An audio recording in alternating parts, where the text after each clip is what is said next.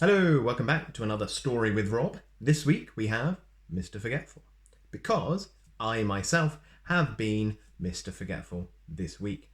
I did think of another book that I was going to read and I have forgotten it. So, I am Mr. Forgetful. Anyway, let's dive right in. It was one of those beautiful summer mornings that everybody likes to see. In Forget-Me-Not Cottage, the owner was fast asleep, Mr. Forgetful. He was having a dream. Then the sun streaming through the windows woke up Mr. Forgetful. Oh, he yawned and stretched his arms and tried to remember what he had been dreaming about. But of course he couldn't, because Mr. Forgetful can't remember anything. Anything at all. Ever. Poor Mr. Forgetful.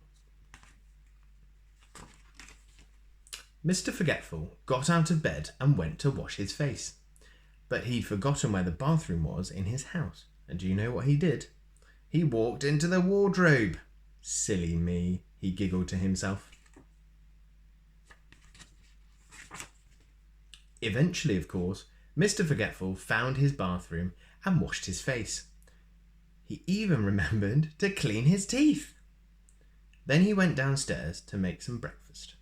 He toasted some bread, but of course he forgot about it and it was burnt. He boiled himself an egg, but of course he forgot about it, so it was hard-boiled. Mr. Forgetful has burnt toast and hard-boiled eggs for breakfast every day. It was such a lovely day, Mr. Forgetful decided to walk down to the village to buy a stamp for a letter he'd written 3 weeks ago, but had forgotten to post. Off he set. And did he remember to shut the door of Forget-Me-Not Cottage behind him? Of course he didn't. But he did remember the letter. Good morning, Mr. Forgetful, said Mrs. Parcel in the village post office. What can I do for you this fine morning? I'd like, I've forgotten, he said. A stamp? Suggested Mrs. Parcel, looking at the letter Mr. Forgetful was carrying. Yes, a stamp. That's what I thought I was trying to remember not to forget, said Mr. Forgetful. Mrs. Parcel smiled. She was used to Mr. Forgetful. Mr. Forgetful had some more shopping to do. But could he remember what it was he was supposed to remember not to forget to shop for? Of course he couldn't, so he decided to go home. Done that many times, go into a shop, forget what you're there for.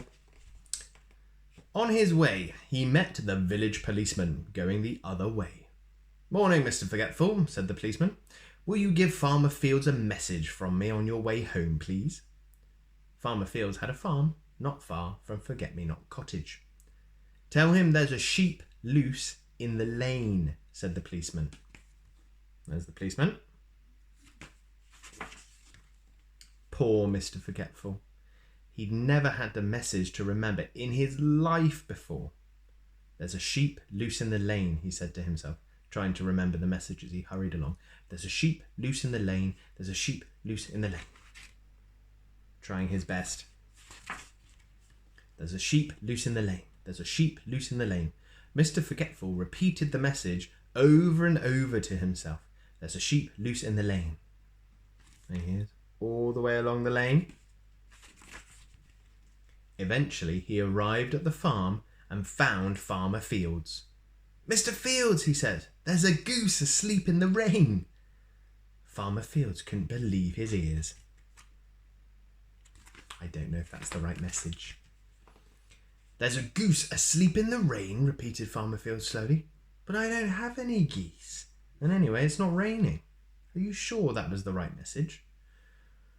Poor Mr. Forgetful. He got it all wrong and he couldn't remember how to get it all right. He simply couldn't remember at all. So he went off home. Poor Mr. Forgetful.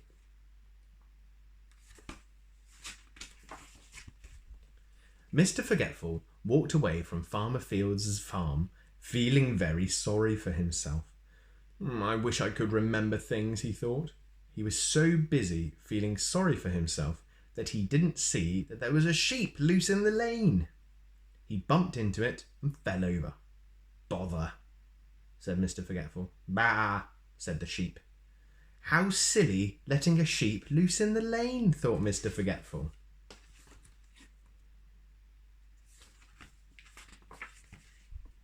And then he remembered the message. He jumped up and ran back along the lane to the farm as fast as he could. And his hat's come off. He's running so fast. Mr. Fields, he called as he ran into the farmyard. Mr. Fields, there's a goose asleep in the rain. He'd forgotten again. Mr. Fields scratched his head. Come with me, come on, cried Mr. Forgetful, and pulled Farmer Fields back along the lane until they came to the sheep that was loose. There it is, cried Mr. Forgetful, pointing. A goose! And then he stopped. Oh dear, he said. It's not a goose, is it? That's a sheep. And he blushed. Big red cheeks. I think, smiled Farmer Fields, that you're the goose. And he chuckled. And Mr. Forgetful giggled, and Farmer Fields laughed, and even the sheep started to laugh. It was so funny. There they are, all laughing away. Later that day, Mr. Forgetful sat down in his favourite armchair in Forget-Me-Not Cottage to think about what a funny day it had been. But do you know something? There's his nice chair. Excellent wallpaper. He tried and tried, but try as he would, he simply couldn't remember anything that had happened. Oh, Mr. Forgetful. Poor Mr. Forgetful. There we are, forgotten all about the sheep. So Mr. Forgetful by Roger Hargreaves, another Mr. Men book. These are very popular in our house. All along the back, so many of them. Wonder how many we will get through.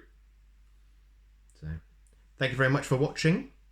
I hope to see you next week for more Stories with Rob. Bye bye.